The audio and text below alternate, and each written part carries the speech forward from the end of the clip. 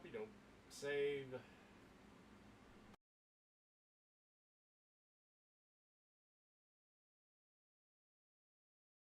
All right, welcome to the stream, number 178, I believe. Yeah, Cooking Videos with Dave, 178.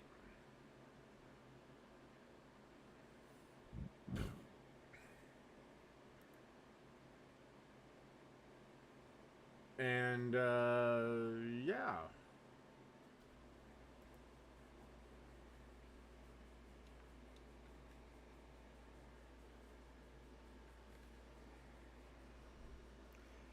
Well, the national debt has surpassed $40 trillion.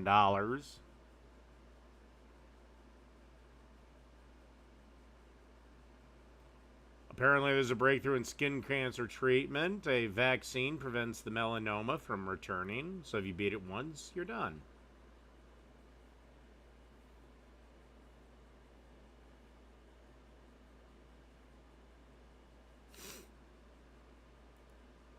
Disney adults are the most pathetic group of people on the planet. I don't even know who that guy is, but he's announcing a break from acting.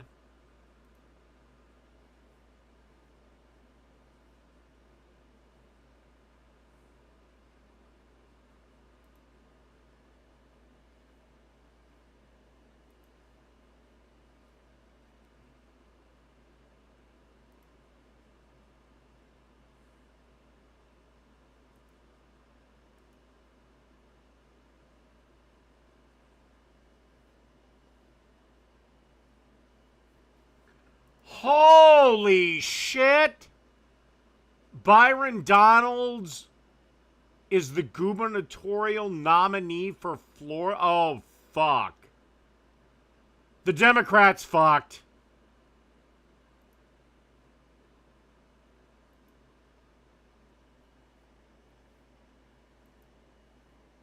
So a black man is going to be elected governor of Florida. And the country is systemically racist how?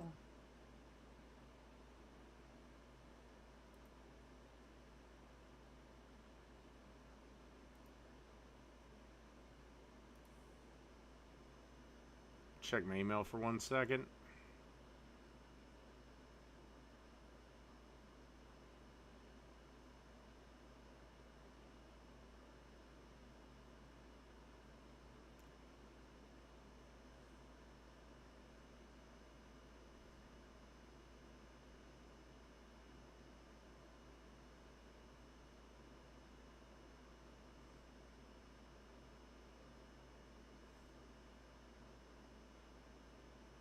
All right, let's get going.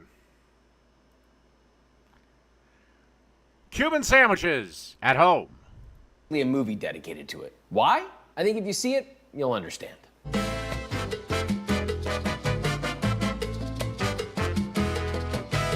The Cubano. It is in its own category and it dominates that category. Even though it's simple, there is such a thing as a wrong combination. There are so many ways to make it incorrectly. And to me, this is, and I'm not joking, the best version that exists, period. Why would I say that? Because the best Cubano that I've ever had came from a place called Sandwich in Florida. I loved it so much, I brought the family that created the restaurant out here to show us how to make the best Cubano you can at home. So I'll stop talking. Let's just make this, shall we? We have the man himself. Thank you for being here. We're gonna make a sandwich. Might as well make your own bread. And you guys make your own bread. We do. We make everything in-house. So what we have here is approximately 625 grams of bread flour, 38 grams of sugar, about 10 grams of salt, and 21 grams of the instant yeast. I like a lot of lard. Here we have 6 tablespoons. It's a little bit softened, but not melted. Room temperature, and then comes the water. You're looking at about 321 grams. This needs to be tempered to about 105 degrees. Do a little bit at a time, and now you're gonna turn it on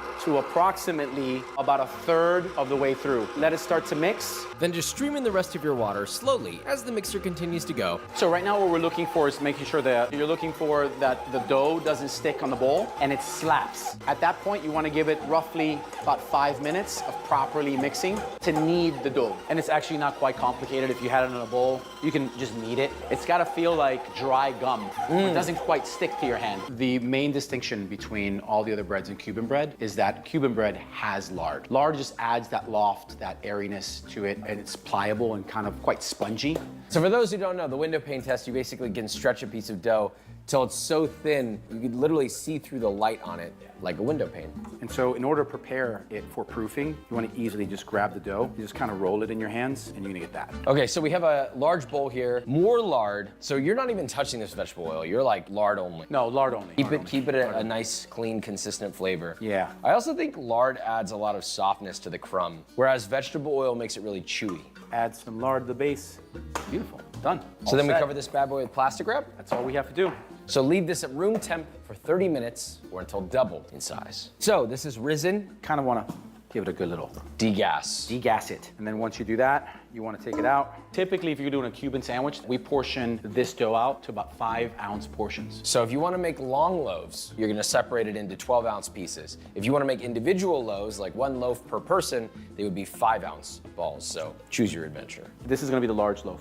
You don't want to add any more flour to this. You want to start off by elongating it, and you want to get somewhere around the 18 to 24 inches in length. Try to be even when you're rolling these out. And then now, you want to take and you want to fold, and you want to just roll it. And that is going to be your loaf. Okay, so let's do here, a small one, we'll yeah. do the same thing. Oh, you've done this before. That's beautiful. So we're going to lift this bad boy up. Just roll it over.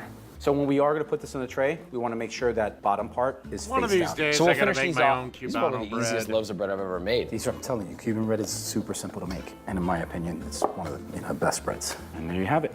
These will proof to a nice size. Make sure that seam is face down. So another baking sheet, parchment. You got your bread seam side down, like you said here. Yes, sir. You have your two examples, your long loaf or your short loaf, up to you. That's it. Just gonna add saran wrap over these. Now, you can do one of two things. One, you can use the saran wrap, and what you're gonna do is you're gonna trap all of the gases and some of the humidity, or you can use, in many households, a damp cloth.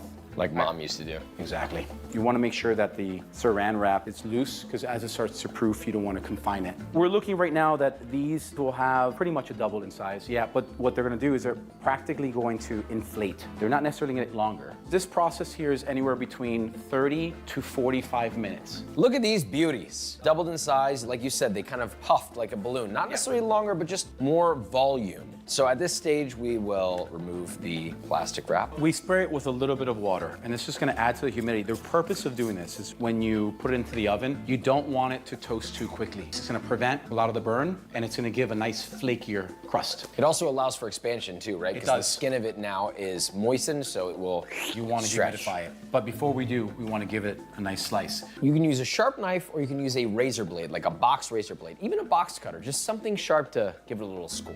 And don't be afraid, you can get in there. For the big guys, you do the same thing, right? Scored lengthwise, boom. In an oven like this at the house, I would probably set a small little pan like this and just add a little bit of water.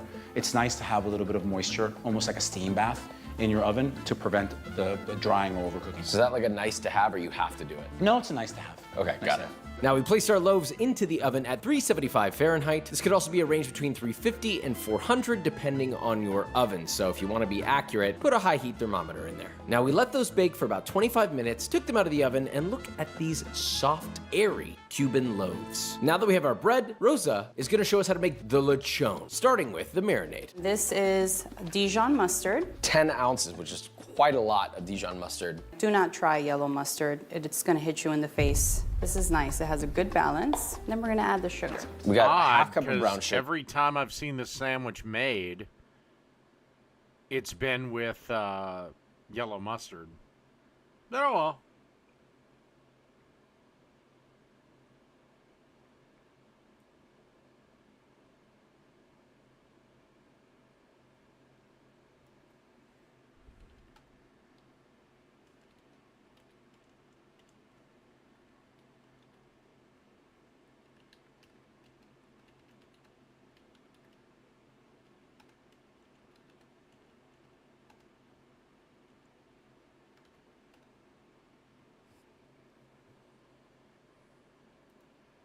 sugar. We're gonna mix that so you have no more streaks. And what you're looking for is just like a really nice carameled color. This looks beautiful. I see a bucket of peeled garlic, which I love. I just was expecting less, but I'm not complaining. We are Cuban. Less is never an option. Love. More is always. So we have this beautiful Boston butt. Look at this thing. Nice marbleization. We use only prime pork butt. It's a single farm, Villari Farms. They're out of North Carolina. And the quality of the pork that we receive for us is extremely important. So what's next with this? We're gonna stab it. Do you wanna come in? You wanna be careful, but you don't wanna be shy. Scary. This is a great dish to make if you're really upset at someone. It's a de-stressor all the way. And so you just wanna make sure that you make holes all the way around. No hesitation at all. You know how many pork butts I've stuffed in the last 8 years? That's fair. You can never puncture too many holes into it. I can't decide if that comment is hot or not. I think that looks pretty good. What do you think? Yeah. I just think you want me to let go of the knife. I'm slightly nervous, just ever so slightly, We have almost a pint of garlic cloves, so I'm assuming we just jam them in there, Just get in there. The more garlic, the better. And if the hole is not big enough, just stick your thumb in there. Honestly, this is kind of fun. As this is roasting, the fat is gonna render out of the pork. Correct. It's gonna catch these cloves, and it's gonna almost confit them. Correct. Now we're gonna salt her with kosher salt. All kosher salt is not made equal. I agree with you. I like to use diamond, but you have to know your kosher salt because you can oversalt it or undersalt it depending on kind of kosher salt you're using. So go for it, don't be shy. Oh, and I'll pat that, another little sprinkle. Gorgeous. Let's turn that around. Want to make sure you get all sides. All right, perfect. Kosher salt down really good, and we're ready to marinate. We're gonna put this in here. We're gonna roll that in there. There you go. I like that you took your gloves off. Yeah, well, I put them on and then I realized you weren't wearing any, and I was like, well, now I look like a Wow, it smells amazing. So we have a hotel pan. We're gonna transfer this over. We have a thermometer. Is this gonna go thickest part? Yes. Thermometer's in. So we're gonna put the parchment so the pork does not come in contact with the aluminum foil. Otherwise, that? you'll have like a chemical reaction. Gotcha. And then your pork will sometimes maybe turn a little bit green Ugh, at the top. don't love that. We do not want that. Foil tight. Yes, keep all that steam in there. Theoretically, if someone were to do this at home, they could probably do it in like a baking dish or a large, deep roasting tray, maybe. Absolutely. You just wanna make sure when it starts to render, you are going to get about 3 inches of liquid that's gonna come out. So you wanna make sure that you can catch that. It's gonna go in the oven. Slow and low is best. So 325. You said internal temperature of the pork is 150. Yes, 145, 150. Which will take 2 to 3 hours. See the pork in a second. Okay, so we've reached temperature. We've pulled it out of the oven. What's our next step? All right, we're gonna pull off the aluminum foil and we're gonna sprinkle on the sugar. And unless you want to burn yourself, I always like to do this away from me, so I'll start at the farthest end. All right, we have our beautiful slow roasted pork butt. Brown So sugar, and we're gonna sprinkle it on top. We've increased the oven temperature to 350 Fahrenheit. This bad boy's gonna go in there uncovered for around 15-ish minutes. And the internal temperature reaches at least 160 degrees Fahrenheit. Be careful opening this, you will get a facial. Crispy, lightly caramelized on the outside, looking good. All right, we're gonna take the pork butt, we're gonna lay it here because it needs to chill. So you see all that beautiful rendering down there? Yes. That's what we're gonna save. Never throw away the jus. Or the lard. We have our jus, which has all the fat. We're gonna refrigerate this and keep this. Let this cool at room temperature, just till it's not hot to the touch. And we'll wrap it in plastic wrap and set in the fridge till chilled. Okay, so pickles. This is super simple, right? Yep. You can have a lot of fun with pickles. I really appreciate that you guys make all of this stuff. Thank you. Just even things down to the pickle, because I think pickles are the #1 most overlooked item on any menu across the globe. Well, we'll take it even a step further. We'll make our own mustard. All right, okay. All right, we get it. So we Okay, got 1.5 Jesus Christ, they're making their own fucking mustard.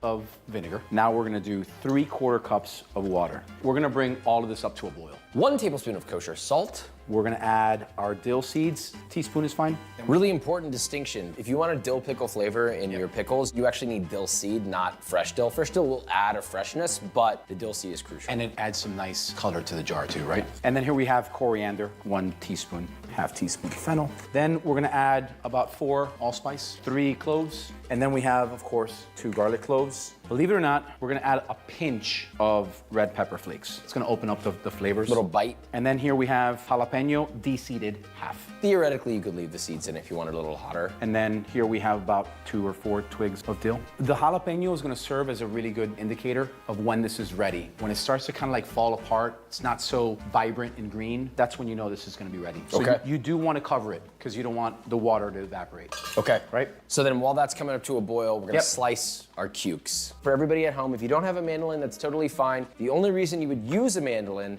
is for consistency of cuts and speed. If you use a knife, you might end up with one that's smaller than the other. It's fine, but mandolin. And you wanna make sure that you don't get your fingers caught up. So what's the thickness? I'd say about 1/8 of an inch. You don't wanna go any thicker than that. Be very careful with the mandolin as I nearly nip my finger. Just load these bad boys into a mason jar or a heat-proof container. We boiled our brine, brought it back down, cut off the heat, let it chill until room temp, and then now we have it here, ready to pour directly on top. You do not want to forget all the spices. Tighten it up, just mix it. And honestly, you give this 30 minutes and you got yourself some pickles. Beautiful. So we have pickles, we have bread. We need jamon. Before everybody freaks out, I've got a solution for you. May I present to you the kitchen knife? Ultimately, the goal here is to slice things as thinly and consistently as possible. If you happen to have a meat slicer, this really comes in handy because there's nothing that'll get your meat thinner than a meat slicer. We have some ham. It's not our ham, but this is a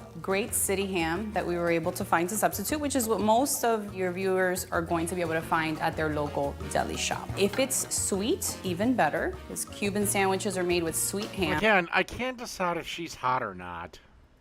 So for ours, for instance, we sweeten it with 100% honey.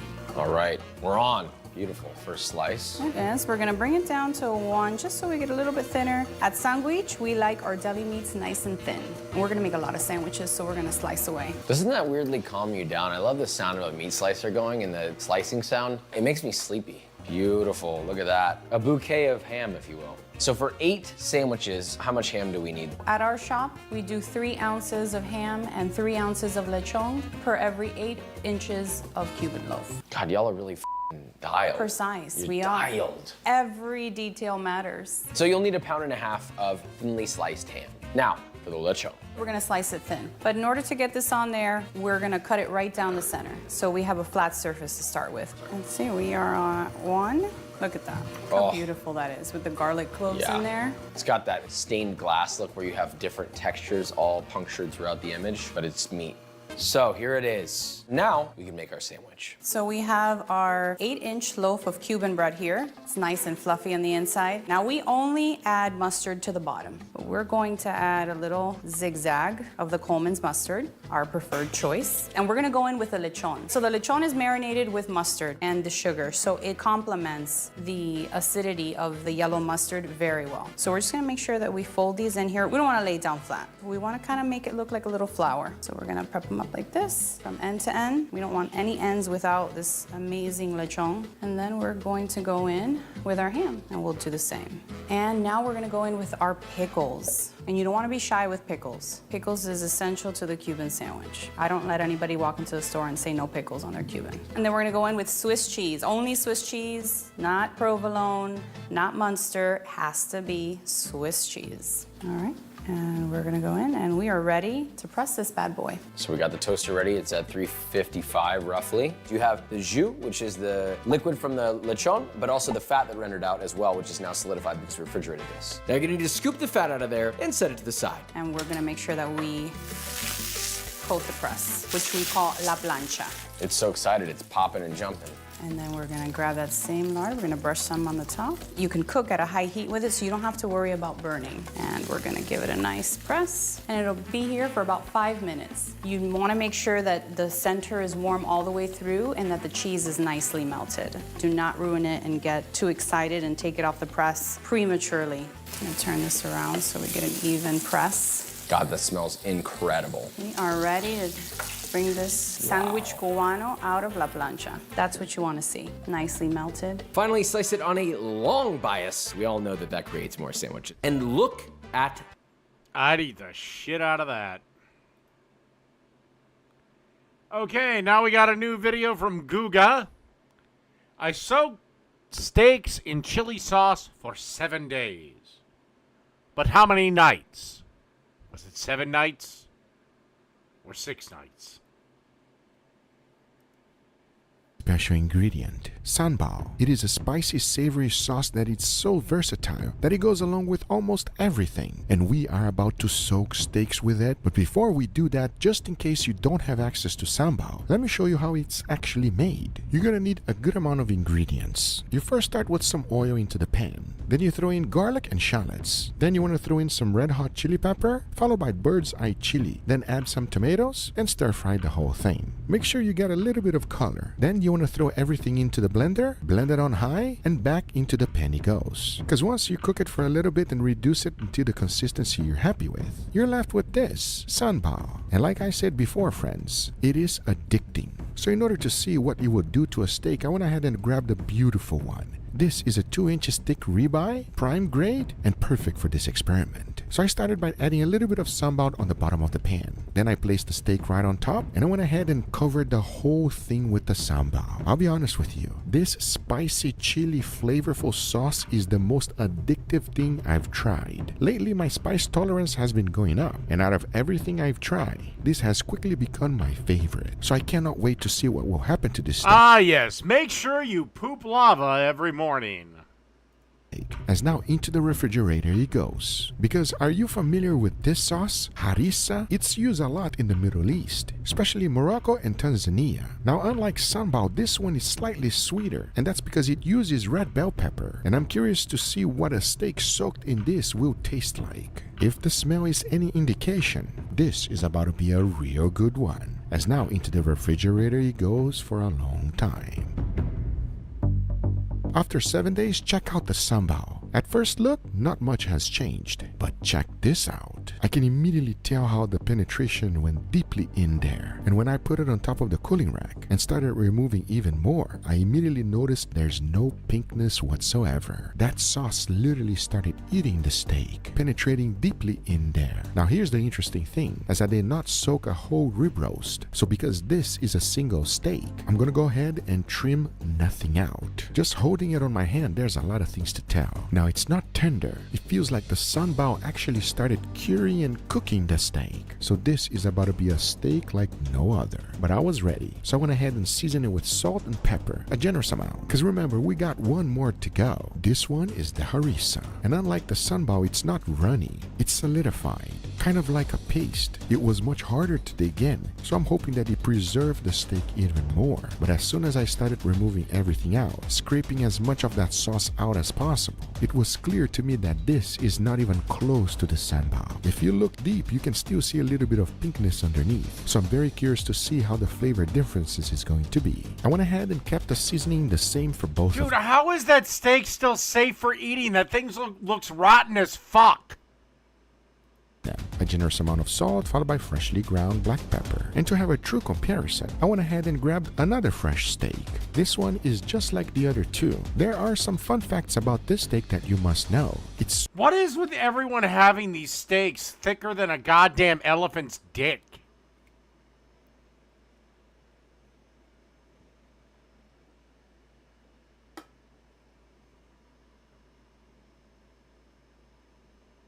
straight from Riverbend Ranch, wet aged for 21 days, prime grade, and it's beef raised in America, straight from Idaho. All of the ones that were previously soaked was just like this. I kept the seasoning the same with this one also, because now that they were ready, in order to have a true meal, I went ahead and made an incredible side dish. This one will not only play with flavors but also texture. Let me show you how easy it is to make. First, get yourself some wonton wrappers. You can find this in any Asian supermarket. Now go ahead and chop them in strips just like this and break them apart. Now for the filling, this is where it gets interesting. In a bowl, throw in some ground beef, followed by scallions, cayenne pepper, white pepper, salt, garlic, and of course MSG. Now mix everything together and combine these ingredients, as then you want to grab some shrimp. Now here's where the magic happens. Go ahead and wrap that ground beef all around the shrimp, then roll the whole thing in the wonton wrappers and set them aside just like this. Now heat up some oil to 350 degrees Fahrenheit and immediately throw them in there. It's gonna take a little bit to cook and crispen up, because as soon as they become golden brown, go ahead and take them off, plate them. Now glaze them with some okonomiyaki sauce, followed by some Kewpie mayo, and finish the whole thing with some green onions. Because this is today's side dish. We're taking surf and turf real seriously, as it will not only give you an incredible flavor, but also texture. Because in the end of the day, we are about to have a lot of flavor with these steaks. As now I say, it is enough talking and it is time to grill them. So let's do it.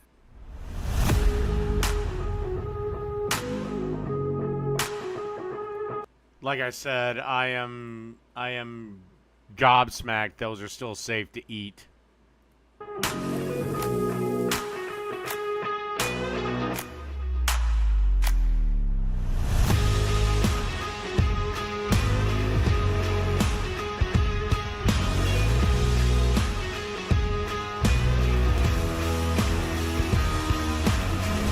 Ah, fuck, I gotta pee again.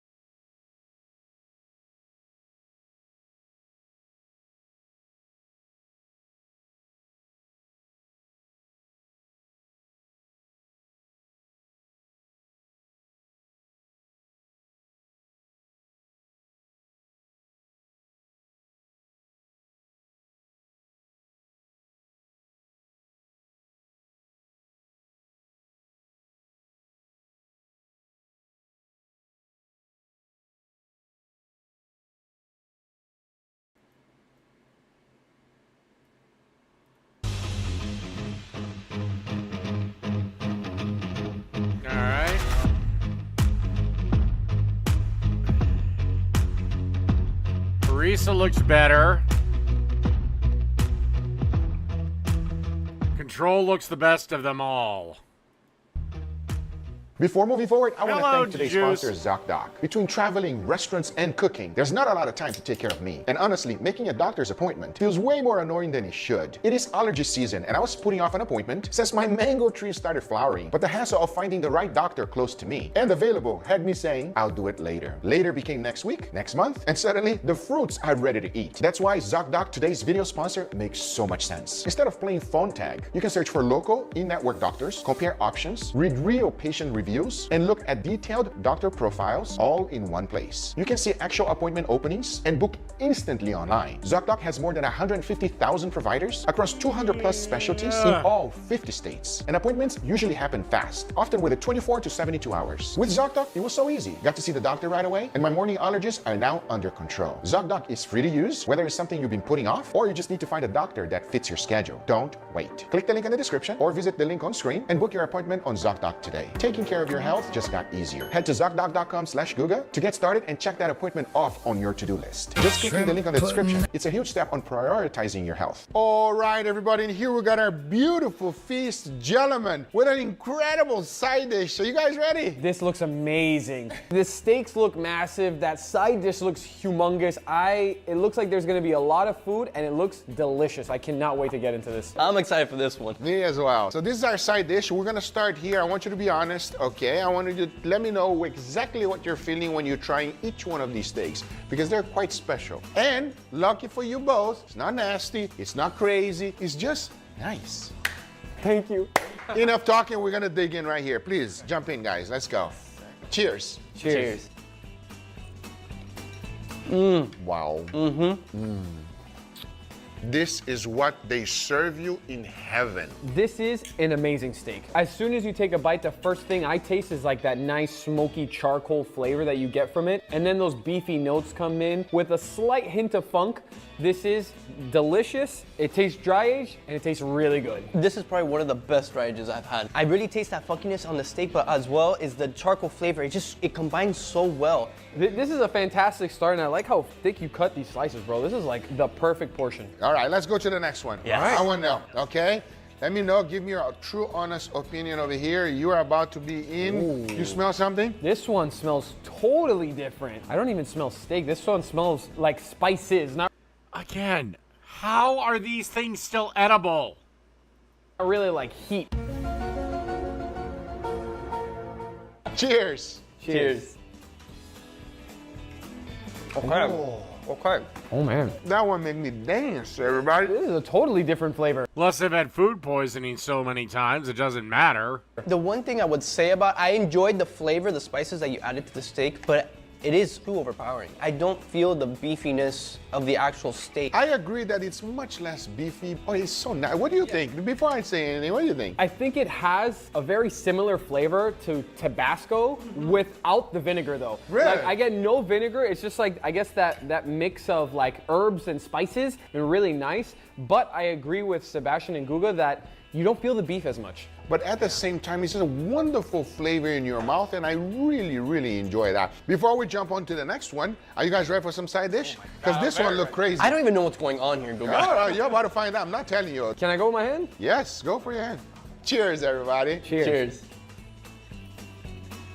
Wow, wow, wow, wow, wow. You guys say something. It's crispy, but my favorite thing is those sauces that you added. It's that mayo and that sweet teriyaki sauce. Kind of, yeah. Wow, that was delicious. I think that's the best side dish of the year so far. I love how on the outside you have that nice crunchy bite, but then you get past that in this nice soft, tender meat. You have some ground beef, you have some shrimp, and it just has such a nice mouthfeel to it. I love this side dish for real. A lot of flavor on that ground beef. Next level, everybody. But let's go for the last one. Dig in, guys.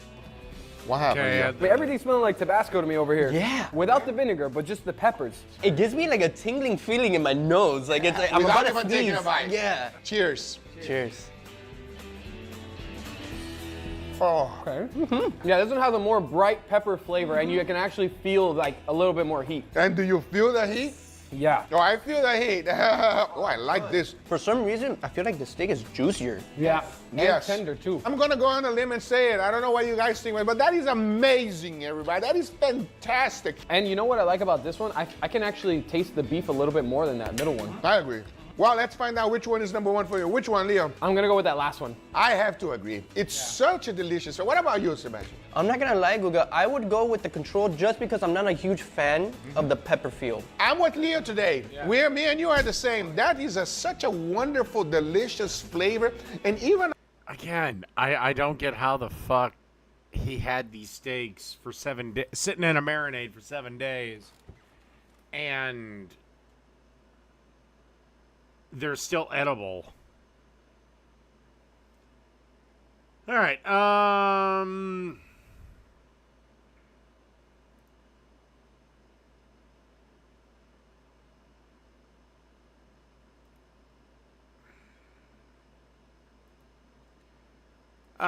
not another cooking show, just released another video. Real Manicotti was never a pasta.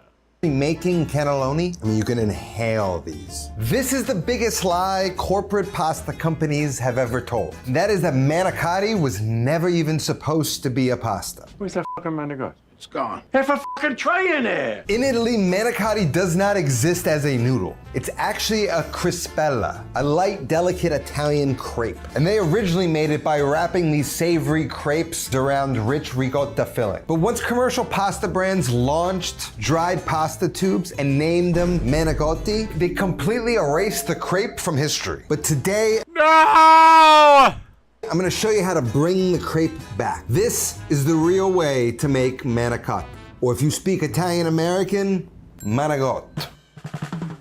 Now before we jump into manicotti, it is August, and I'm serving this with a tomato sauce. So we're gonna be going over how to make fresh summer sauce simply. First rule of thumb, yield, right? I've got about 4.5 pounds here. That should roughly yield me about 4 cups of sauce. That's not a rule, that's just an estimation. It depends on the type of tomatoes and all of that. All I'm gonna do, cut the stem off, split it in half. If you want, you could quarter them. That'll just fit more into the pot, break them down a little bit easier. You can give them a squeeze if you want.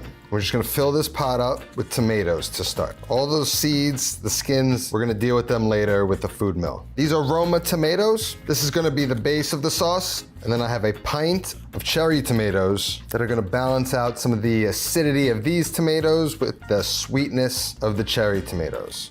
I'm gonna get this onto the stove, get it on high heat, then we can go in with our cherry tomatoes, get those rinsed. And as that's coming up to temperature and as those tomatoes start to sort of break down, I'm gonna split the cherry tomatoes, start getting those in.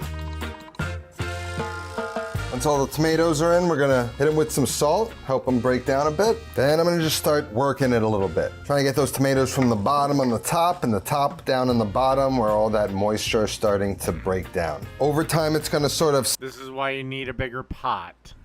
sink into the pot, soften up, and all we're looking to do is cook this down for an hour or two until everything is kind of jammy, and then we can run it through a food mill. Now, one thing you might notice here is a bit of like a vegetal smell. You're not getting sweet field tomato aroma at this stage. There's just kind of like enzymes that are still in the tomatoes that will evaporate and transform over time. So if you smell that, that just means you're not done cooking it yet. It has to keep kind of concentrating its flavor, and then you'll get that sweet tomatoey aroma. While our tomatoes cook down, we can get started on our crepe recipe, which is what we have here. Now it's very simple. It first starts off with 1 cup of milk. Then I'm gonna add 1 cup of all-purpose flour to it. Next, we're gonna crack in 2 eggs, along with 3 tablespoons of melted butter that is cooled, and then a nice pinch of salt. Then we're gonna take an immersion blender and then just blend it until it's nice and smooth. Should be coating the spoon, but it should be like a little bit looser, almost more like the texture of cream. Now our sauce has been cooking for around an hour and a half. It's on the verge of beginning to start to smell more sweet rather than vegetal, but the tomatoes are nice and broken down. It's thickened. As you can see around the ridge, it's reduced by almost half. Here we have our food mill, just catches the seeds and skins and creates like the ideal texture for tomato sauce. I'm gonna take one of these kind of slotted spoons. I'm gonna get all of the flesh in there. Start to process it. Make sure you clean the bottom, that's where all that good pulp is. Then we can take the remaining liquid and sort of clean out the food mill. Now we have a nice strained tomato passata, essentially, from fresh tomatoes. We do need to sort of reduce a little bit more, and that's gonna be the sauce for our manicotti. We're gonna get the pan back on the heat. I just cleaned it out. Coat the bottom of the pan with olive oil. Toss in a clove or 2 of sliced garlic, nice and thin, along with a stem of basil. Season with some salt. And we're now gonna infuse that olive oil with that garlic and basil flavor. All we're looking for is a little caramelization, a little light browning around the garlic, and then we're just gonna add in the tomatoes. Season with salt, then we're just gonna simmer this until it thickens up ever so slightly. Now remember, there's also a smell I'm looking for, a sweet aroma coming from the sauce that is distinctly different than the vegetal one when it started cooking. While that cooks, we can set that off to the side and we can get started on our crepes. Got an 8-inch nonstick, that's the perfect size for these crepes. Get that on medium heat, and I'm just going to ever so gently coat the bottom with butter. Very little amount. I'm even gonna wipe it with a paper towel. The right amount is 3 tablespoons, but there's no 3 tablespoon measuring cup. So I'm gonna use a 1/4 cup measuring spoon and just fill it up basically 75% of the way there. Once the pan's around like 325, 350, we can start making crepes. Straight into the pan, swirl it to coat the bottom. First one's always a little imperfect. Then we're gonna let that cook until the top of the crepe is set. Once it's set, then we're just going to flip it onto the other side, cook it for about 15 seconds, and then we're gonna get it out of the pan and repeat that process. And this should give us about 10 to 12 crepes. And we specifically do not want color. We want them pale, we want them nice and soft and tender. And the secret really is this sort of swirling technique to get it into a nice round shape. You need to spin it and twirl it with a certain speed, otherwise it'll set too fast.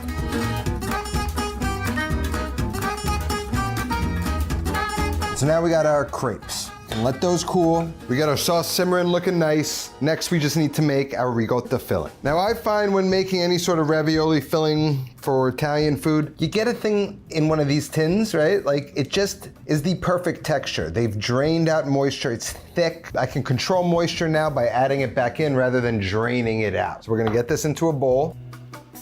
See how perfect it is? Fresh, sweet, creamy. To that, 1 egg. Parmigiano Reggiano, about 2 big handfuls. The zest of 1 lemon, olive oil, some black pepper. You could add nutmeg, but I prefer the lemon zest. It kind of takes it from a warm spice thing to a fresher thing. Then I've got a fresh bowl of mozzarella that's been cured and dried, and I'm just going to shred that up. Some for the ricotta and some for baking it at the end. A little bit of that mozzarella. And we're just gonna get that mixed up, incorporated, sort of what you're looking for. Get yourself a piping bag, container to help me fill it, start adding it. Yeah, that sounds great, Bob. Tie up the top, and that's ready to go. So I got my ricotta filling and my crepes. I like them filled pretty thick, right? So the way that I'm going to sort of measure that is by the hole I cut from the piping bag. So I'm gonna do something like that. And what I like to do is pick one side up like this and almost create like a wall, right? I'm gonna line up in the center. I'm gonna use that to kind of create some tension to build a nice thick pipe of the ricotta. Then we're just going to fold it over like a burrito, push back, and then roll forward. If you want, you can sort of fold in the sides, and there is a Manicotti. So you can just go ahead and like so quickly with a piping bag, bang all of these So these are the fattest crepes in the human history. out in no time. Again, how do Italians stay thin? You basically have a cheese log wrapped in a fucking frying shell.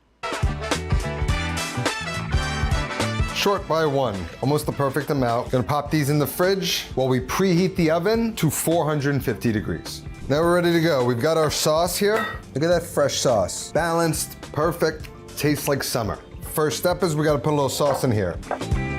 Then we can start to place our manicotti. Then I like to take a little bit of the sauce and just streak it across. Parmigiano, the mozzarella, get nice and charred, give it a little bit of texture, and that's ready to bake. And the other way I like to serve it, if you're maybe serving less people, get a little sizzle platter, same vibe, place them on top, a little bit of olive oil. These are ready to go into the oven. After about 5 or 6 minutes, we're just gonna give it a rotate. We're just gonna continue to cook it until that cheese starts to brown, starts to souffle a little bit. Then after about 10 minutes of cooking, I'm gonna finish it under the broiler. Once you start to see that mozzarella starting to speckle brown, that's my cue. There's 1 way, that's 2. Let these cool, and then we can dig in. We're just gonna slide these onto the plate. A little cheese, a little olive oil. It's more in line with like a gnudi, which is like a ricotta dumpling, than it does a pasta. It's light, it's delicate, still satisfying.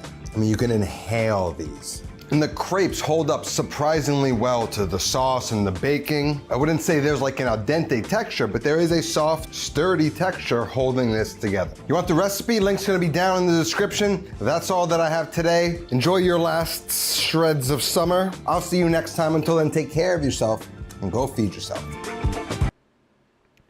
All right.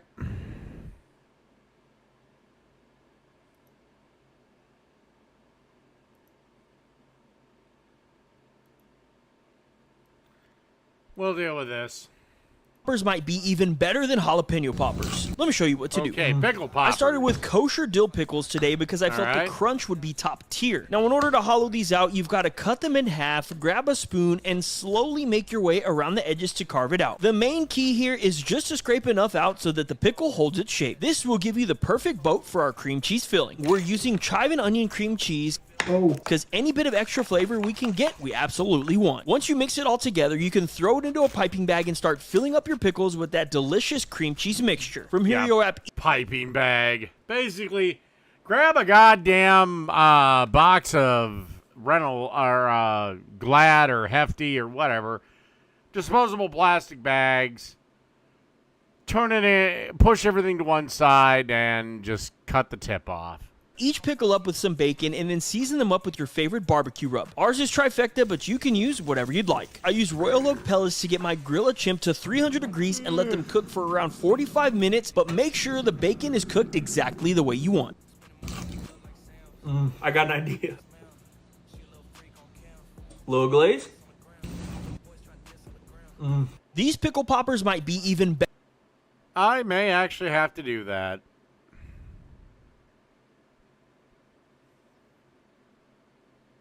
I may have to do that. Next up. You know what? We're going to switch over to good old Emerald. Perfect burgers. Talk about some of Julia's favorite garnishes. One of them that I know particular is that you like bacon. Oh, I do like bacon. I have a little too. Good. What can I say? It's a pork fat thing, right? You know? Oh, God, why are you idiots clapping? They ate some bacon. They didn't split the fucking atom. That was my one thing with his show and maybe even her show. All these idiots. Yay! They ate some bacon. Why the fuck are you clapping? I was impressed. I was impressed when you said that you liked iceberg lettuce because I'm still a big fan of iceberg. Iceberg. Well, I think romaine's pretty good too because romaine it holds is good together. too. Yes. And mustard. This is a salsa. This is a mayonnaise. This is ketchup. I've got red onion for you. I've got tomatoes. Great. And I've got some either seeded or non-seeded. I think the seeded or not. You like the seeded. I'm going to grab this cheese here, Julia. And we'll let us build make one. one too? Sure. You say seeded? Okay. They should, Now. They should be toasted, but we'll say that they're toasted. Toasting them right now. Good. I like the style. I can't believe you guys didn't toast them. All right, they're toasted now. They're toasted. Okay, now we got a bottom. I'd start a little bit with a little mayo on the bottom of each. You want to start with a little mayonnaise? I can't have too much. You can have a little too much mayonnaise, but you're going to put some on Oh, yours? I've got mayonnaise right here. I love mayonnaise. No, is that spicy or not? Let's see. I don't like spicy. That's out of here. Oh.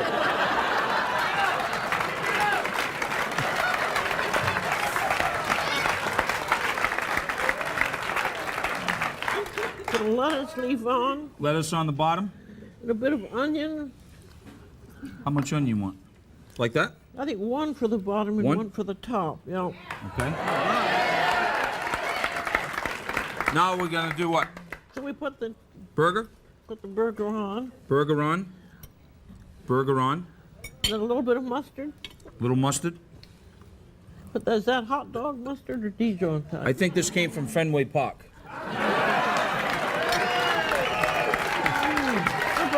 Oh, for the love of God, why are they clapping? They're just spreading mustard on a bun. Or ketchup on there. Okay. And then what do you think? I think we should put some bacon. Just some bacon. Where's the cheese? What's that? Where's the cheese? Cheese is right here. Folded or over? Folded, I think. Folded. I'm with you on that. You know. Do you think we need more lettuce or not? We need another tomato, I think. Okay. So we'll add a little tomato. Is that tomato seasoned? Here, let me season it up Yeah, I for think us. that Look at needs this. Do we need a little more onion? Little more onion.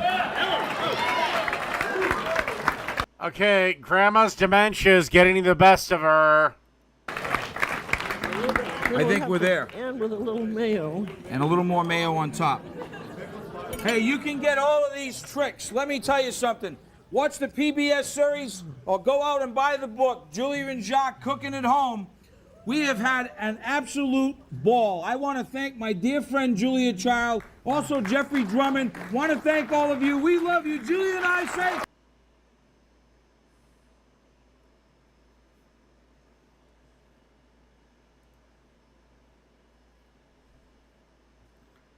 Also, I gotta ask, at this point in her life, was Julia Child just drunk 24/7?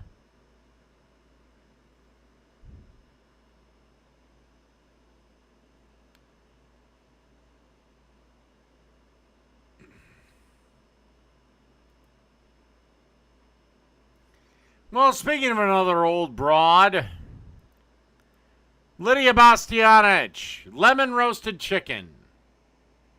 She posted this 6 hours ago. Roasted chicken. You know, I always tell you it's about the products. So make sure you get a nice, plump, rosy chicken that's been free range, you know. Get all the good parts of a chicken. A nice big chicken, you know, to roast. You want to have a... Fiera, whatever. I don't drink as much as you think I do. I drink more than most mortal men. But I don't drink as much as you think I do. If I were to quit cold turkey, I'd be just fucking fine. Do you know how I know this? Because I've done it several times. And at least this time around, I'd have pot to keep me company. 3.5 pounders, 4 pounders is fine. And you check it out. Let's clean it up a little bit. It looks pretty good. The people that get the quote-unquote shakes or can go into alcoholic shock, which is a real thing. It's what unfortunately killed Kevin Nash's son. Yeah, these guys are drinking whiskey like it's beer. I'm not doing that. Good, pat it dry. Let's put the wings right underneath. You just fold it and put it underneath like that. Salt inside out. Okay. I like some lemon zest underneath the skin. Let's just make a little bit of room, and you can go in just with your fingers and make a little bit of room, and let's spread. And besides, I come from a family of people that can survive massive, I guess massive withdrawals. My grandfather, one of them, he survived an alcoholic coma. And this was like in the 50s, so, you know, this was back when if you had a heart attack, here's your aspirin. See you later. I'm not so easily killed, Fiera.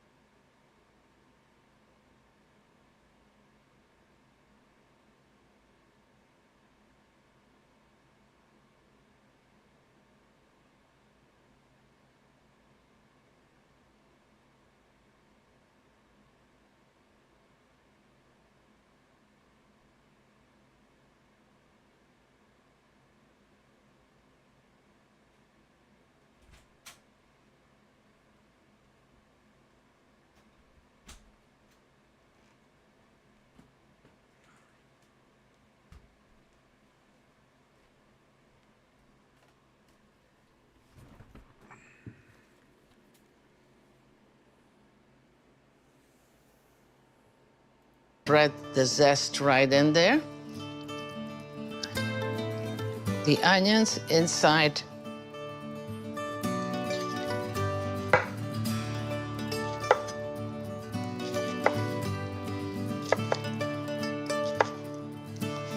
Let's fill it with the lemon.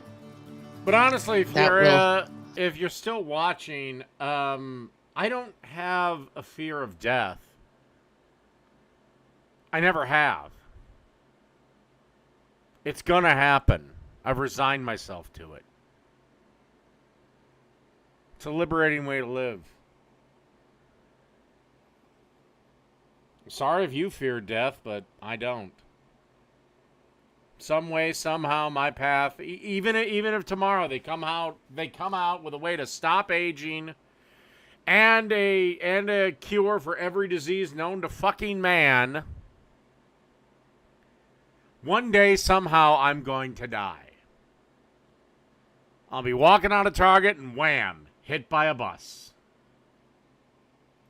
Let the aroma come out. Okay, so that looks pretty stuffed to me. Let me put in a rosemary. Now we're cooking. So we want to truss the bird well. You can tie the legs just like that, but otherwise, you can make just a little hole right here underneath where the tendons are, and then you just push the other. Okay, so that looks ready to go.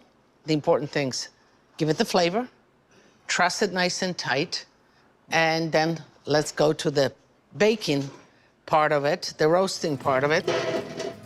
Yeah, and that's the other thing. At what point?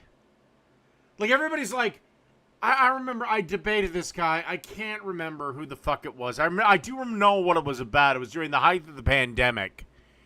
And I basically did my little short of America Be Brave, take the fucking mask off. He got all pissed off with me. And he's like, well, don't you want to live, don't you want to die at the end of a long life? And it's like, well, why? Because the last 30 years, like, let's say you die at 90.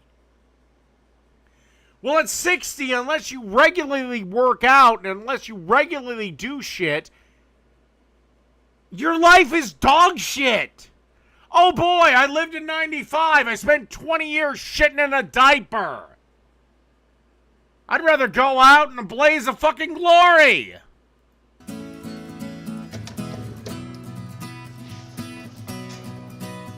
Dress the vegetables with the oil, and let's dress the bird with the oil.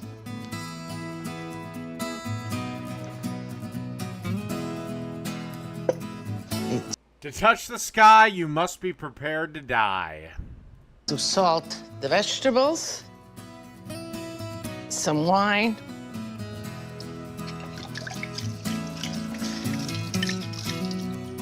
it will steam permeate the chicken, and then ultimately it will be our. And again, the same people that wanna fucking stop a cluster of cells from being aborted, they're the ones still fighting for a guy that we all have to pay for. And he's in a nursing home, and all he does is just sit out and stare at the staring window because he can't walk, he can't get out of his chair, he can't go to the bathroom on his own. He's completely dependent on vastly underpaid, understaffed nursing home assistants to do anything with him. So basically, his day consists of, again, the staring window, or B, television. Boy, that's a fucking life I want to live.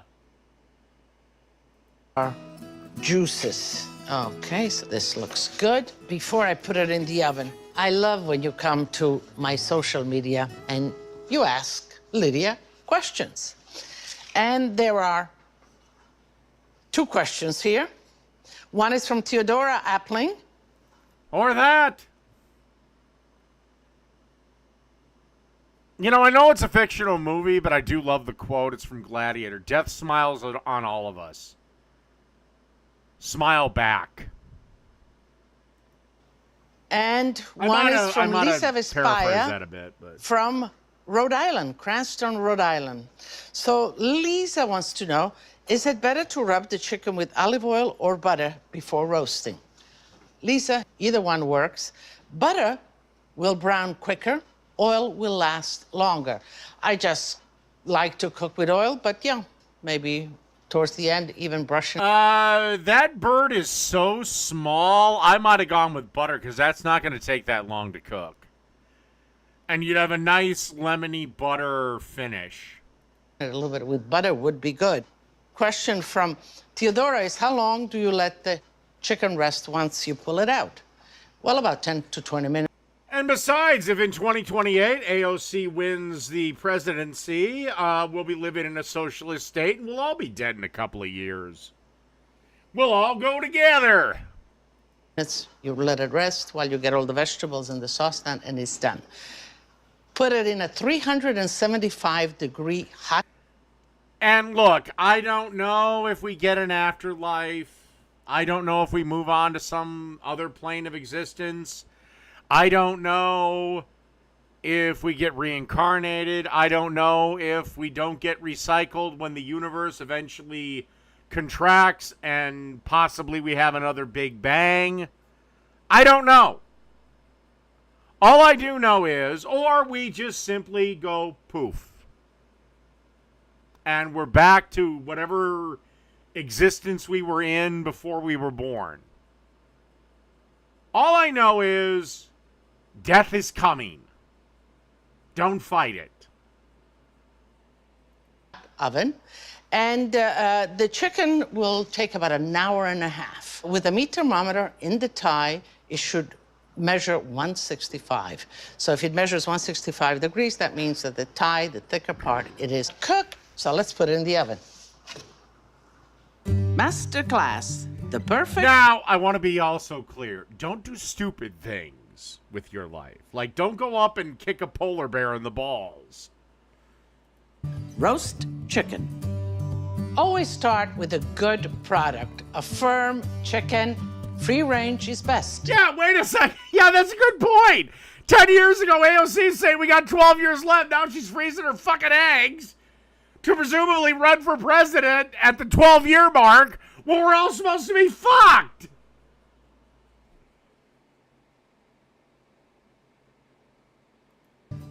Stick with simple but good flavors.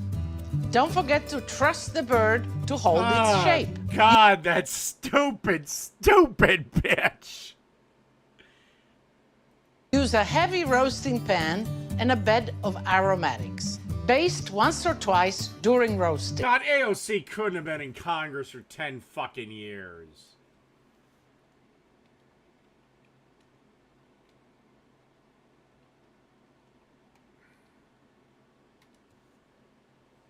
Okay, 36 years old, blah, blah, blah, U.S. representative, she's 5'4".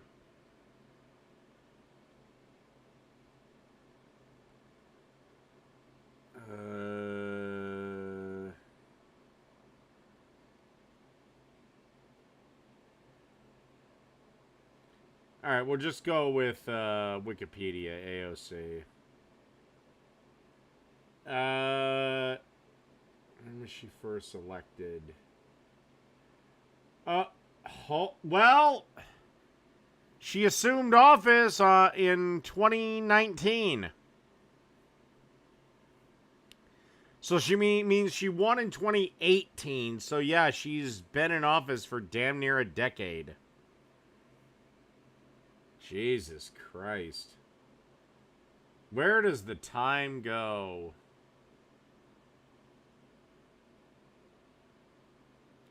And she was 29 when she took office.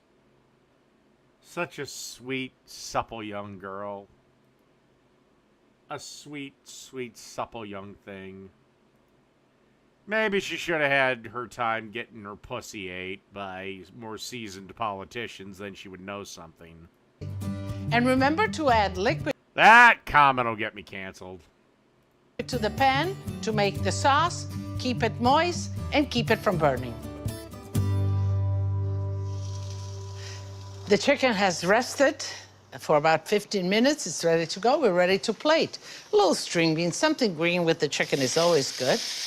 Let's make a little nest of the beans right here, just like that. Okay. Take the chicken, all the juices out, and let's rest it right like this. The onions look great. You see, cutting the onions in big chunks like that, that looks like a real vegetable. Juicy, good. Okay, just like that. And that's our sauce. The sauce is made. A little bit of rosemary just to bring back that aroma. You want to make sure that your guests see it just like that. That's beautiful. What, with a plant growing out of its ass? You want to show it to them. Bring it to the table, and everybody's going to clap. Yeah, the problem is now she's 36. She's freezing her eggs, which has a ungodly rate of failure. And by the time that she tries to have a kid, she's going to be probably in her 40s, which is horrible.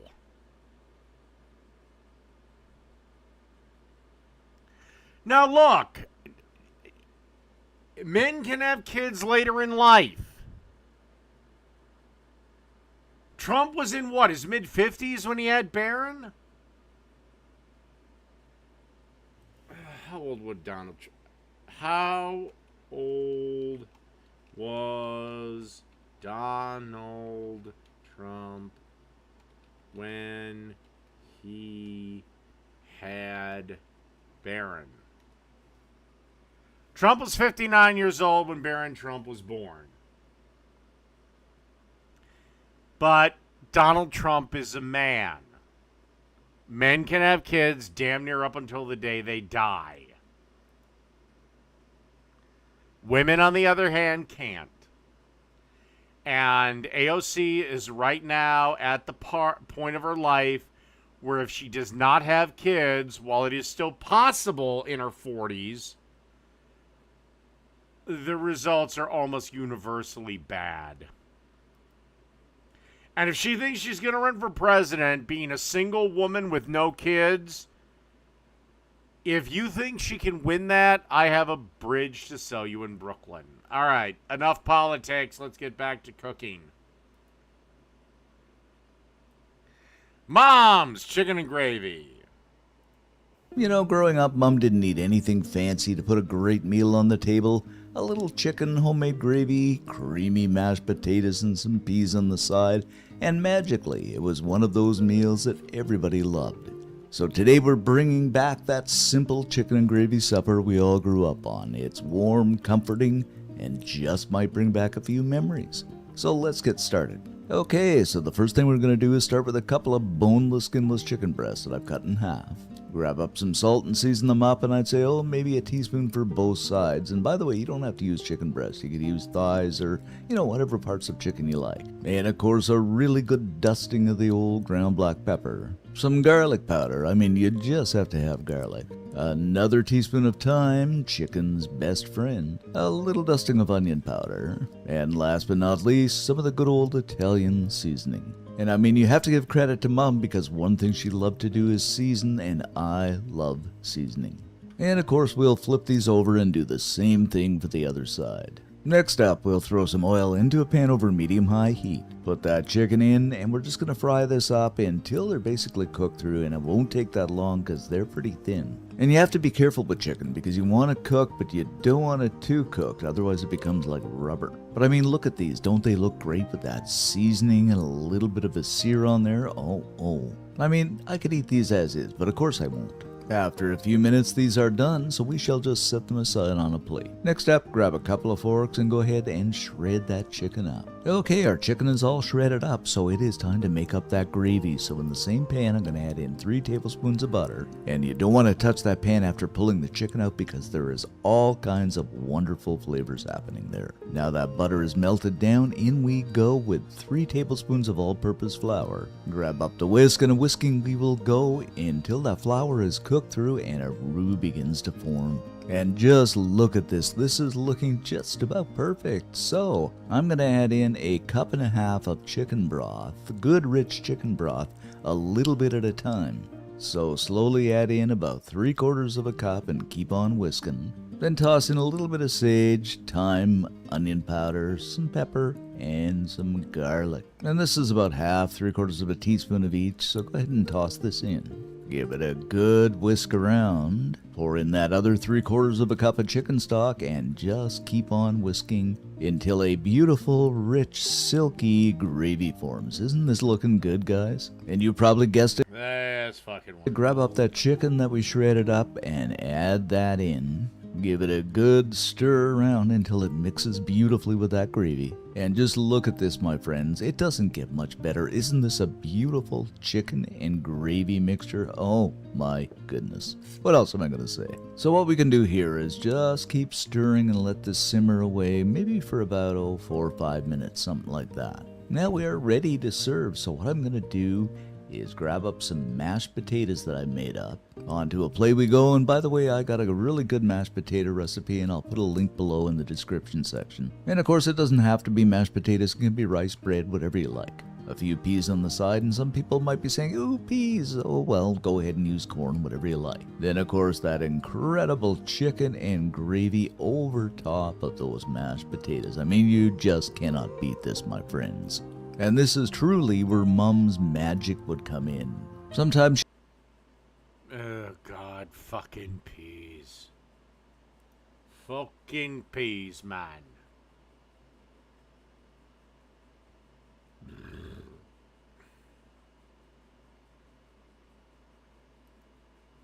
she just put the chicken and gravy in.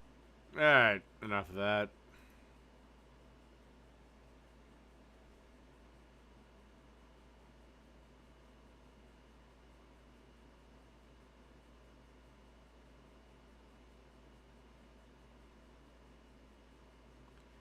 All right, we'll do this. Which breakfast burrito? Today we're making 3 breakfast burritos from 3 of YouTube's most beloved chefs. Each of these gentlemen has their own vibes, their own cooking philosophies, and unique skill sets. But today we're gonna push that affection deep within our consciousness and pit them against each other to see who makes the best breakfast burrito on YouTube. Now, breakfast burritos can be anything, right? Whole breakfasts wrapped into a tight little tubular vessel, ready to be mucked on the go or at the table. To keep this video spicy and interesting, I've chosen 3 unique breakfast burritos that are stylistically different. But at the end of the day, they're all burritos in one way or another. And stick around until the end of the video because regardless of who wins, we are going to take the best components from each of these burritos to fuse together the ultimate Frankenstein YouTube breakfast burrito. That's a mouthful. As usual, let us begin with the most involved burrito on the docket. Mythical Kitchen is a YouTube spin-off of Good Mythical Morning, led by its fearless leader and host, Josh Scherer, aka Mythical Chef Josh, who brings a little bit of humor and creativity to each episode. Maybe you've seen their last meal video series, pretty dope series, very smart. Anyways, Mythical Josh seems to be a super intelligent dude. There's always sort of a light-hearted vibe on set with fun and curiosity often leading the way. We've already featured Mythical Kitchen on the channel in episodes like this, and it got pretty wild. And this breakfast burrito is no exception. Josh decided to make a full English breakfast or full English breakfast burrito. So we gotta make some blood sausage. And what I mean by that is a chorizo blood sausage. You kind of added a spin to it, a little bit of like a breakfast burrito spin to it. So things are about to get a little weird. So into a blender, we got some oats, we got some chili guajillo, and some chili ancho. Those were just toasted and then soaked overnight. A ton of different spices, some of which have salt in them, or one of which has salt in them, so we're not adding salt. And a pinch of the GP, the God particle, MSG. A little bit of H2O, just a splash. Some vinegar, a couple cloves of garlic, and I don't know the first fucking clue why the burger was blue. the star of the show, pork blood, good old pork blood. Oh man, oh no, it's like a bloody nose. Oh nice, that looks delicious. I'm gonna add some of that in. Oh my. What the hell are you doing? That's a good start. All right, just gotta blitz this up now. Oh!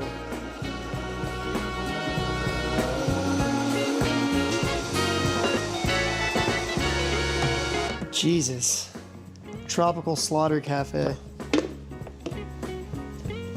Listen, he was right. It smells pretty good.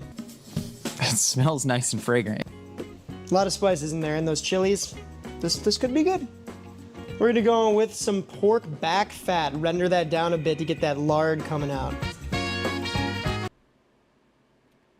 Pork back fat is also known as Canadian bacon. Or at least what's above the Canadian bacon. Alright, I'm gonna remove some of these lardones here. Maybe keep a couple in. We're gonna go in with our onions. Just gonna saute these out a little bit. Guys, I messed up. So we were supposed to do the onions in the pork fat kind of together and then add them to our blood mixture and then puree. So that's what we're gonna do now. And we got our lardy onions with a little bit of pig fat in there too, little chicharrones. Now we blitz. Make it chunky, baby. All right, that's looking better, I think. Definitely a little lighter now. A little bit of oil in the hot pan, and our pork blood. So this is gonna thicken up and kind of coagulate and form kind of a loose sausage mixture, if you will. Blood pancake. Whoa. Oh! All right, that's looking good to me. We'll plop that right into a container and let that chill out and set a bit while we get going on the other side. That looks like newborn baby diarrhea. Stuff. In a ripping hot cast iron, neutral oil, and some shroomage. A little pinch of kosher, and we're just gonna get these going. Cook these through. I got some wonderful tomatoes here. Just gonna salt the tippy, a little more Earl. And we're gonna sear these puppies off.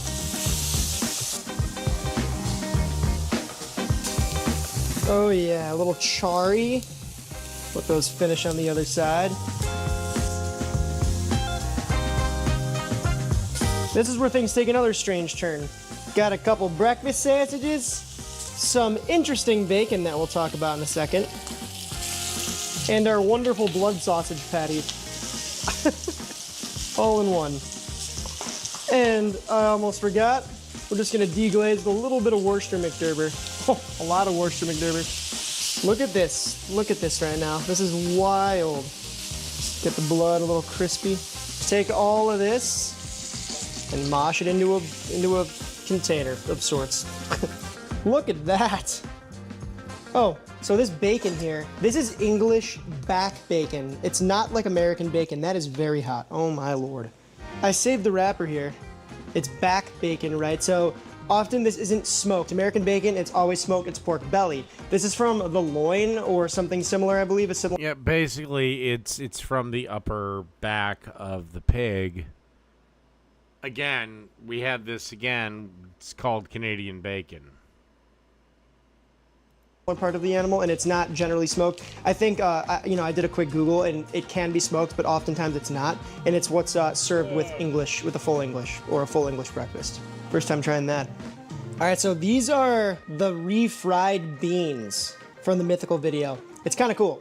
This is kind of like an English version of refried beans. I made these off camera. They did in the video as well. But it's basically Great Northern beans and a bunch of like English flavors and aromatics like Worcestershire, ketchup, tomato paste, a couple different spices, not too much. But then you refry them in lard and you get this.